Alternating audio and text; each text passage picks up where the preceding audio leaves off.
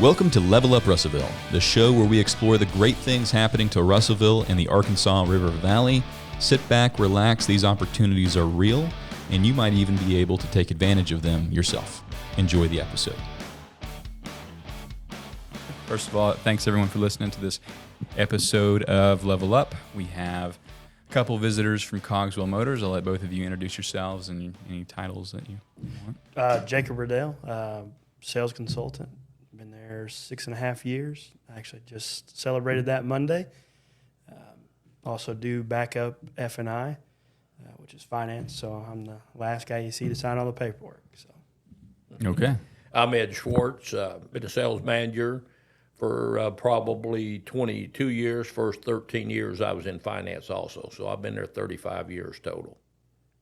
Wow. And how do you end up with the same company for 35 years? Well, one, it was a good profession for me, and it was it matched my degree. I have a business degree, and I came out of a small business background, and sales was just a natural progression for me. It's something I'm comfortable in.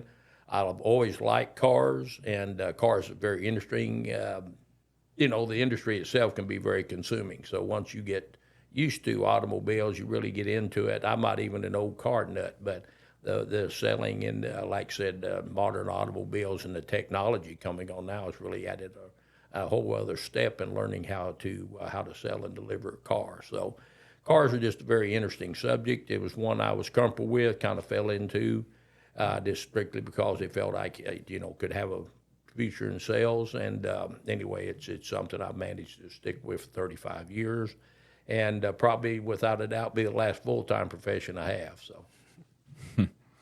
What does it mean to you to be a car salesman? What's your goal? How do you view the job you do? What is your mission when you're interacting with a potential customer? Well, once again, a potential customer is something that every one of us have to realize only does this once every 4, 5, 6, 7 years, 8, 10 years. You could possibly do it every couple. Most time that's different people in the household. So it's something you have to be careful with, helping a customer make the second biggest buying decision in their life, because the biggest one's going to be normally a house, their residence, and possibly 2 or 3 of those. But when it comes to that next step, that next purchase, it's going to be an automobile, and automobiles in plural, because throughout the years, even the best automobiles have shelf lives. 10 years is a long time.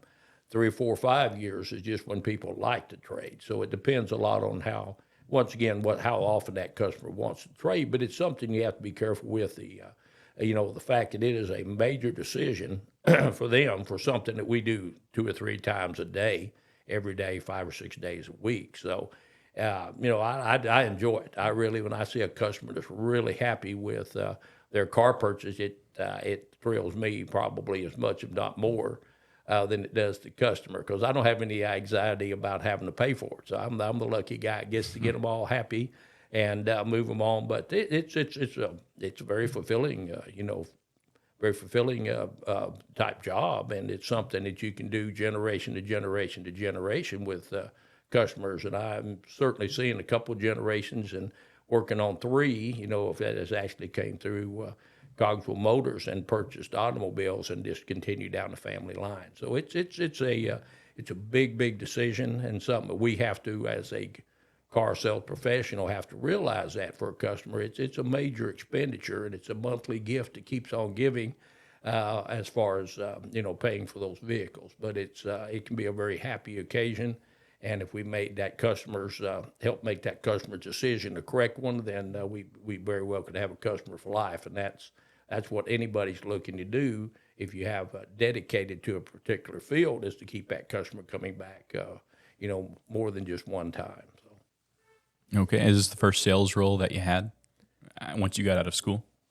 Once I got out of school, probably first sales, was mainly to find that customer, and then to try and maintain that customer. If that's the question, the key is maintaining a customer. So long-term relationships with anybody in business, whether it be, a daily sale, whether it's a cup of coffee you pick up every morning, or if it's once every 4, 5, 6 years, or in the case of realtors, Maybe people really like to buy houses and sell them every 10 years, and a lot of folks every 20 or 30 years. As you know, they pretty much buy a house as a need. They keep getting bigger and bigger as they, increase children, and then a lot of times the end of life they get smaller. But with an automobile, there could be some changes in size and need, but that's a lot of times on a base, per customer per need basis, and it's also just what you want. People like new cars every 3 or 4 years.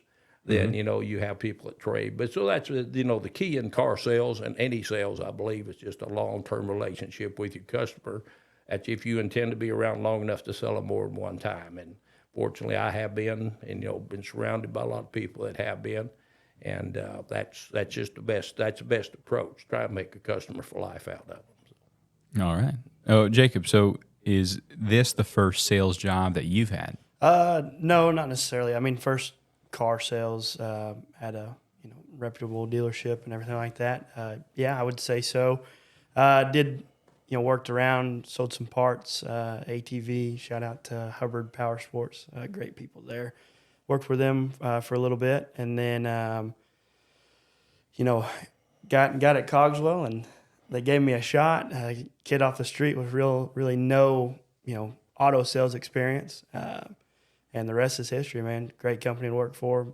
I love all these guys to death that I work with, guys and gals. It's just been an awesome opportunity for me. Really life-changing if you think about it. Never would I thought, I'd be where I'm at now in a career like I am. And it's all thanks to you guys. So, that's something I can never appreciate you enough for. Yeah, I was working at Cogswell very briefly for like 9-10 months when you showed up. Yep. Let's go back to that time. I mean, that's been what, like you said, almost 7 years ago, 7-8 years ago. How did the first month go? First month's definitely intimidating. You get out there, and I was around. We had a lot of seasoned vets at that time on the floor. I was definitely the youngest guy. Probably maybe in the history of Cogswell Motors as a salesperson. I don't know. Definitely different pace, man. It's definitely exhilarating. You get your first one on the board and get that first customer started out in a vehicle, and once that's done, man, the rest is downhill. It just kind of takes over, and you just want to keep on. So did you just get it right off the bat? I mean, I think within maybe the first month or two, it wasn't one of those things. First day on the floor, I didn't get that sale, but I remember it like it was yesterday. Definitely, just looked outside, seen a guy looking at a green Chevrolet Silverado. I think it was a 2014 on the used lot, and actually a local business owner here in town, Pina Gonzalo Landscaping, and went out and talked to him, and he liked the truck. We added a couple accessories on it for him, and he bought it that day. Like I said, I remember like it was yesterday. You never forget the first one. So, okay, all right. And you've been here for several years now. Mm-hmm. Why have you? What about Cogswell has gotten you to stick around? I think it's just more of like a family environment. A lot of these guys older than me kind of took me under their wing. I call Ed. He's kind of like my work dad. They all kind of take care of me, and they did from day one. Met a lot of good people, a lot of great friends that I'll have for life, not only just in sales but service, everybody. And I think it's just a good family environment. I think they're good to the community, good for the community, and that's really what matters the most to me. I try to, keep the community first. I love Russellville, plan to be here for the rest of my life. Plan to be at Cogswell for as long as I'm working. So for me, it was just that, they're really community based, and, a lot of tenure guys there, that's what means the most to me. You walk into any business, and, if it's a revolving door, it's probably not the right place for you in certain aspects. But to see those guys stay there for 30, 40, we've got Carl's been there 57 years, Richard 44, and Ed 36, 35. Even David Roberts, 20-plus guy. So that's what means the most to me, is just seeing that and knowing that's what I want to be one day. So it's pretty cool. Yeah. Pretty cool. So you've been – Cogswell's been in Russellville the whole the whole time, right? Right. Since Well, Cogswell 75 first, years now. got involved in the car business. The great grandfather, he was actually worked for Ford Motor Company, and he retired from Ford Motor Company. And in 1949, he bought the local dealership from a gentleman named Ray Lee, and there's actually, I think, a pair of brothers that owned it. Ray Lee, it was started out as Lee Brothers Motors back in, I think, the 30s. And certainly in the 40s, and by 49, Cogswell bought it from Ray Lee, and it was called Ray Lee Motors. And they were downtown. The Laws building now, where Allen and U Laws has their office, is actually one of the walls I think was retained from the original dealership. Is actually built by, I hope I'm right in this, I believe a grandmother of theirs. And so anyway, that they retained part of one of the walls just to retain some of the heritage. But 49 is when the Cogswell family bought it, and it moved out to its actual current location in 1966. We've had multiple additions and the remodels since then, most recent being 2000. Car lines have come and gone. Some of them, the manufacturers has ended, and other ones, that maybe wasn't a good area for a particular car line, and it also went. We've had a few motorcycle/four-wheeler lines back a few years back at were good lines. Like I said, wasn't necessarily a good fit for people in the car business, but we're primarily Ford Lincoln, which of course obviously Lincoln is owned by Ford Motor Company, and we got a Mazda line, which is a very good import line we're very happy with. So. Okay. And what's the difference with someone who's not in the car industry? You're talking about good lines, bad lines, things that don't work out. I don't know what any of that means. So as a car dealership, how do you know you have, what do you look for in a line of from a manufacturer? Yeah, well, one thing, and it really comes down to how many you sell within a certain area. Some vehicles are much more specialized than others. Obviously, your domestic manufacturers, the big three out of Detroit, they're pretty well, if you got enough market to support anything, you can support a domestic. Imports are several very strong imports. And they've kind of, they've found their niche and their market share in the United States automobile market. And then there's some more specialized ones. The Mazda's been one that's always been a good line, and it's really of late, the quality has just been, has really improved. And there was never really a quality issue or lack of quality issue. But all their J.D. Power comparisons, car and driver, we just had a CX-50, which is about a year-old car line, just won its class in the car and driver. So it's a line that anytime somebody, if you have a researcher, I invite them to do the research on our Mazda line. So that had a lot to do with the way it fit with us. The Ford, Ford pickups is just, it's been number one selling vehicle, for ages and ages, 40-something years, if not reaching close to 50 years in the United States. And so it's definitely a good line for a Southern car dealership. And anyway, and sport utility vehicles have pretty much taken over the market. Not a lot of sedans, even the smaller sport utility vehicles that are built on car platforms are still built with the the sport utility design in mind. So cars, trucks, sports utilities, like I said, the sport utilities and the pickup trucks have definitely, just taken over the North American market. Worldwide markets, you have a little different emphasis, but definitely pickups and the practicality of a sport utility vehicle for young families is really, has really come into the market and kind of dominated the market. So not as many sedans out there anymore. So anyway, it's a lot the car line that you have that fits your area and your market. And once again, your domestics are always good anywhere you're at. And like I said, we got a chance to pick up the Mazda line back in the early 90s, and it's worked out real well for us. We're real happy with our Mazdas. So. All right. Yeah, you mentioned a remodel as well. Would I recognize the inside if I went back in there? Is the inside remodeled as well? Oh, absolutely. You probably wouldn't recognize it, man. Sometimes that's still hard for me to look around and see, and kind of picture what it used to look like. Yeah.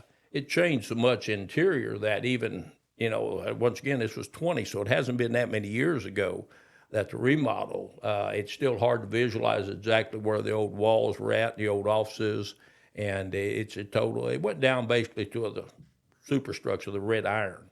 And, you know, they even redid the roof, but, you know, it was the original, you know, structure to the roof was there.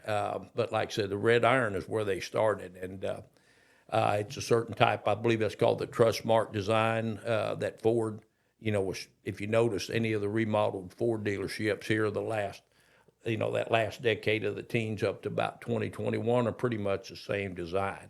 And that's by some strict guidance by Ford as to how you can do your remodel. You may have to write the check when the time comes, but you're going to do it within guidelines. And they've got a group of people that do a lot of. There's actually, and then a guy based out of Central Arkansas does a lot of the architectural redesigns, remodel work for Ford Motor Company, and to the tune of several hundred of them back in 20 he had actually done. So it was beyond just the ones in Arkansas. This guy was really accomplished, and they take your dimensions, they take your, you know, where you're at. They have to take into account how much space you have, because you can't rob space from outside if there's not any out there already. A lot of them are two-story. Fortunately, we were such that we could just spread out and keep everything on one floor. So the remodel went real well. It's totally different. People still come in and been in 3 or 4 years, and they said, wow, I haven't been in since the new one.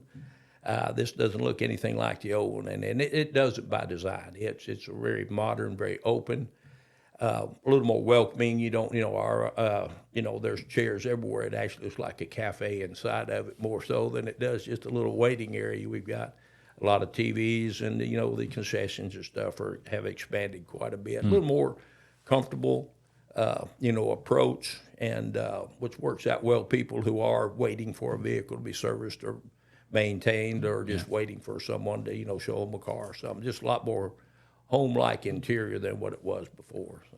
So that's pretty cool. What I'm wondering about, you kind of said something about the remodel. Was it y'all's decision to remodel, or did Ford? I still don't understand the relationship between a car dealership and a manufacturer, but was Ford basically like, hey, we're going to remodel your building? Yeah, Ford did not say that. They started encouraging a remodel quite a few years before, but ultimately the pressure can, you know, come in a certain way, but they can't force you to remodel. The remodel was something that our general manager, lowered down, along with, you know, the basically the corporate head, decided that was past due and we needed to do. And so Mr. Brown pulled the plug on it there, or flipped the switch, I guess you could say, and we started a remodel. Now, I don't know how timing worked out that we was in the middle of a worldwide pandemic when we decided to do it, but sometimes timing works out to be better afterwards than it does during the actual remodel. But so it was something that was not forced on us. And like I said, in all honesty, Ford didn't participate monetarily at all in it. So, okay, I see. I'm just. As someone, again, not in the car industry, now I'm getting a better picture of how, like, the relationship between a dealership and a manufacturer may work. They just wanted you to do it. They didn't make you, and nor did they even help you do it. And you'll see but also, aside from maybe the designs, also a lot of industries where there is an actual. I mean, McDonald's. You don't build a McDonald's what you want it to look like. You have certain guidelines you follow. If you build a McDonald's as a franchise, in effect. We franchise Ford, Lincoln, and Mazda automobiles. You know, the driving force behind a lot what we do is Ford decisions. You know, they've got guidelines and stuff, but no, they didn't force us to. It was past due, and we decided to do it right at the end of 2019, and in February 2020 we started. So. Yeah. So, you know, obviously Cogswell has been in Russellville this whole time. The community's, as you've said, a big part of what y'all do. I'm interested, Ed, like, how has Russellville changed over the past 35 years? Well, it definitely an expansion area-wise.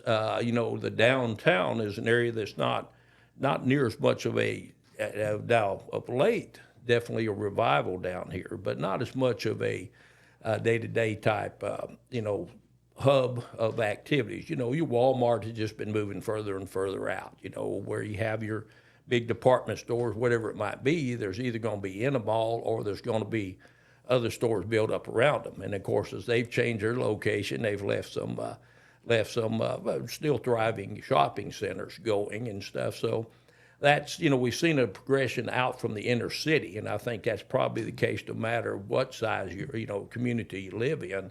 The inner city has gotten a little bit older, and so when the people come in to spend the money, they'll generally buy the property a little bit further out, which is something actually we as a dealership had done in the 60s and recognized how much the inner city, in our case, the center part of town, was restricting as far as areas. You're landlocked, basically. You can't buy the next building and tear it down to display more. You can't do that to get more parking. Mm-hmm. So that's why all of your corporations move more and more and more out from the center part of any town. And, Russellville's done a good job kind of bringing in. There's several other towns around that's done a good job bringing the downtown back. Pardon me, a lot as entertainment districts. And of course, we've done an awful lot with the landscaping down here. I noticed we're really in the middle of several projects there, and greening up the city. A lot of cities, of course, are planned around green type architecture and agricultural type practices. So anyway, it's interesting to see. But a lot of your commerce, your day-to-day commerce, we consider more of your grocery stores or your Walmart as being a day-to-day commerce. They moved away from the inner city part, one for parking, two just for to get away from the landlocked actual physical expansion. Then yeah, something that I've noticed that too. I feel like the downtown thing's been pretty recent, past 10 years. I saw some pictures of downtown from like 10, 15 years ago, and it's hard to even recognize some of the buildings that look completely different. Where the old bank is at, it's kind of boarded up almost. It wasn't boarded up, but it just looked different. Yeah. So it's been cool to see. Yeah, it's definitely a lot more. What I've noticed living on the west side of town for 30-something years and working on the east side of town, and I've told my wife this quite a bit. She's not from this area originally, but used to go home after work, and I'm talking about 6:30, 7 o'clock. There was nothing going on downtown. And you do that now, and every parking spot's full. And if it's what is that called, a First Friday, if it's one of them, you'll be lucky if you get down the street, which is great to see because it's just a lot of activity. So that's one thing that's changed in most recent history, probably the last 10 or 15 years, is that there's definitely a lot more commerce, whatever type of it may well be, a lot of restaurants, and that type of stuff downtown. And that's good to see. I enjoy seeing that. Like I said, it was absolutely ghost town 15 years ago. So. Yeah, and there's been also recent efforts to kind of keep a lot of the college graduates in this area too, because I think, just for example, my plan growing up was to leave Russellville. Mm-hmm. Not that I didn't like Russellville, but really liked some other areas. And especially in the industry I was planning on being in. Even this industry right now, like media, there's really not. I'm not going to say there's nothing. We do have amazing people working at the paper and the radio, but as far as digital media, there's really not a lot. So I was thinking, all right, I'm going to move somewhere else. But now there's recent efforts to kind of start building some more of that stuff up here. That old Ford building next to Casey's in South Arkansas. So there was never a deal. I'll tell you what they're doing in there in a second. You may already know, but there was never there's a Ford capstone on the building. Mm-hmm. So there was never a dealership in there that you know of? If it was the original one. And I think the original one was owned by the Walthals, Walthall. And that may be a little off, but it's very close. And it may well have started there. It's got more of a dealership design than the current one does. But when they still in the ownership of the Walthall family, it moved down to the one that's now currently the Laws Law Firm. And then, like I said, that's family. Now, 26 might well, I think the date says 1926, Ford Motor Company. Could well have been a dealership there. It's not one that, that we were ever associated with, but it could have been the original one that came in. And that's, if you know the history of automobiles, there's a lot in the teens and 20s and 30s, a lot of expansion into outside of the major metro areas. There become a market, there come a need, a want for automobiles. And so when you have that need, somebody's going to move in and fill it. And obviously the manufacturers started setting up dealerships. And that could well have been the early one. I've heard that. I'm modest. I really can't give you a good idea on that. But I don't think we go down and just put that header up there. I don't think any company would do that just for advertising. So I believe originally probably in 1926, I hope I have that date correct. I believe there was probably a Ford dealership there, the original one in Pope County. Yeah. There's also, a family name around here, Ford, like the Ford building, 500 building. Right. So I don't know. Anyways, I don't know if that had it. If it wasn't a dealership, maybe it had something to do with their family. Yeah. I don't know. But now they're in that building, they're renovating it, and they're building a co-create innovation hub. And it's like a place where someone as a business owner, an entrepreneur, can go and get resources on how to grow a business, market their business. The plan, I guess, from what I know, is they're going to have office spaces that you can rent as well. But then, like, people on site there, again, help businesses like a lawyer or a grant writer, that type of thing. So that'll be cool to see. It'll be cool to That's interesting. Maybe bring some more startups around here. Yeah. I think that'd be attractive to the younger people, especially. Jacob, do you think there's anything we haven't hit on that we should? Yeah, I think one of the things we wanted to talk about was the 75 acts of service. So being our 75th year, we've decided to do kind of 75 acts of service is what it's called. Whether that be, if you've got something going on, you need a little donation or just a little start to get it going. We've done that. One of the ones that I've been involved with here recently was Pottsville High School, which is where you and I both graduated from. The unified sports team won the state championship, which is... What's a unified sports team? So it combines kind of like the Special Olympics and then the Pottsville High School boys and, I guess, girls basketball team, and kind of combined both of them, and they were able to play together on the same court, and ended up winning the state championship for that little league. Nice. And we're a little short on getting their state championship rings, and I remember scrolling on through Facebook at home one night and seeing their picture and seeing how happy the kids were, and then once I read that they were a little short, I was like, it's almost to me, I was like, man, what can I do to help these kids get their championship ring? It's a huge deal for these kids. And of course, Pottsville High School allot's a certain amount, and I guess they were just a little bit shy of that. So got with Maddie, my marketing and advertising director, and she kind of heads on all of the donations and stuff for us. And got with her and said, I really want to try to help these kids out, and ended up donating some money to them. We've also done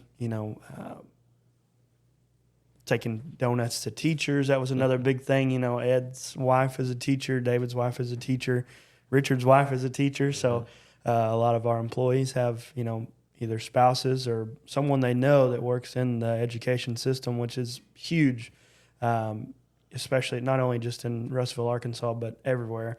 Those people definitely don't get enough recognition for what they do. And I can name tons of teachers right now that influenced me at a young age. So giving back to them was a big part for us too. Just the community in general, giving back to them. Of course, we'll probably end up doing more than 75. That's one thing. So what's the 75 years in business and then 75 acts of service over this year? Correct, yeah. So over the year of 2024, we started, pretty much, just full steam ahead, starting off in January. And, it's just been going on. We try to do we've got the big check, so if you've got something coming up, if you're watching this and if you have something that, needs a donation or anything like that, definitely holler at us and we'll do our best to help you out. But like I said, that just kind of goes back to what Cogswell does for the community, and that's what means the most to me. So some of them are service oriented, as you spoke, some appreciation. A couple dozen donuts, to a teacher, it doesn't get a lot of recognition. I don't know how much it meant. My wife acted like she appreciated it. She's a career teacher, 40 years teaching this year. So, I'd say anybody wants to be appreciated, and we probably forget a lot about those type people. When we go to a doctor, we forget about a lot of the people that get you to see that doctor, the administrative people. So there's just a lot of folks that, once again, we can't cover every one of them, but groups that are obviously sometimes kind of forgotten about. We just thought we'd do a few things. We've done a concession stand or two, just worked and helped, some contributions there. So it's just a matter of, once again, giving back to the community, not necessarily always writing a check, but just some acts, and just make sure that people realize they are appreciated, even if it's not every moment and every day. So that's a lot of what these acts of kindness. We had to kind of pick our words, carefully when we decided 75 what. 75 was easy, 75 years, and then we kind of had to figure out where we wanted to go. And hopefully the acts of kindness kind of describe what some of the things that we've done. And that's basically what we're trying to do and been doing, and it kind of wrapped up in a nutshell there. So. Yeah. Awesome. Did a concession stand. Man, I really appreciate those people. Gosh, that was crazy, man. It was like halftime at a basketball game. You got like 20, 30 people deep, just 4 lines of that. So, everybody's wanting nachos and pickles and drinks, and it's just, you're everywhere. So that was definitely, I did that, I would do it again, but maybe you wouldn't do it again? I would do it again, you would but do it again. maybe not as gun-ho about it. If they needed me, I would do it. But no, it wasn't great. It wasn't. Have you ever worked in a restaurant? Haven't. I've always had the dream, That's It's always kind of been my dream. That was a taste. Yeah, no. It was a taste of it. I've always wanted to own my own restaurant. I know Ed's been there. Oh, yeah. Sometimes business ownership, you learn lessons that may not be the best route. There's a lot of headaches involved there. The administrative part is important, but also, there's a lot of regulations, and and taxes are another issue. You got to make sure you have all that. There's pluses, and there can be some pluses to going in every day, and if you get that check every week or 2 weeks deposited in your account, there's a plus there too. So once again, it's business ownership would be great. But once again, it's there's not beyond the commitment. There's just a lot of things has to go well in order to make it work for you then. So. Yep, absolutely, 100%. That's awesome. Community is what it's about. You got to be serving the community. Just making sure you're benefiting other people, right? So it's cool to see y'all and your team take that seriously and do it well. I think that about covers everything I wanted to talk about. Yeah. What about y'all? Pretty much it. Yeah. Yep. Paul, thanks for having us. We appreciate it. So. Knew that little guy at workforce out there would have his own company someday. So we appreciate what you're doing here in Russellville, and thanks from me and Cogswell Motors. So. Yep. Came out of the BDC. Hey, there you go. Nothing wrong with that, man. Yeah, there we go. I like it. Well, thanks everyone for listening. Again, Ed Schwartz, Jacob Reddell from Cogswell Motors. Y'all can go visit them. Pretty much everyone knows where that's at on East Main. Yep. And we'll see you on the next one. Thank you.